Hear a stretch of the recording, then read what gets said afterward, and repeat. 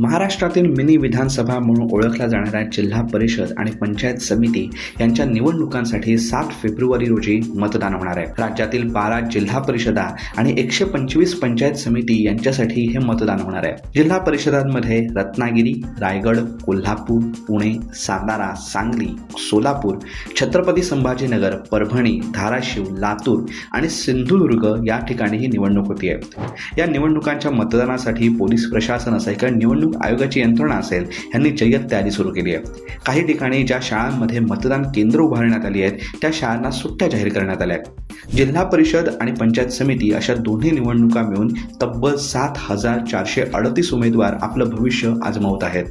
उपमुख्यमंत्री अजित पवार यांच्या अपघाती निधनाने 3 दिवसांचा शासकीय दुखवटा जाहीर केला गेला होता।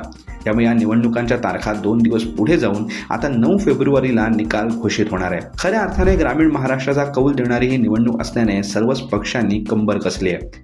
या निवडणुकांबरोबरच महाराष्ट्रात सुरू झालेला निवडणुकाचा हंगाम देखील संपणार आहे। त्यामुळे आता महाराष्ट्राचा कौल नेमका मिळणार कोणाला याकडे सर्वांचं लक्ष लागलेलं आहे।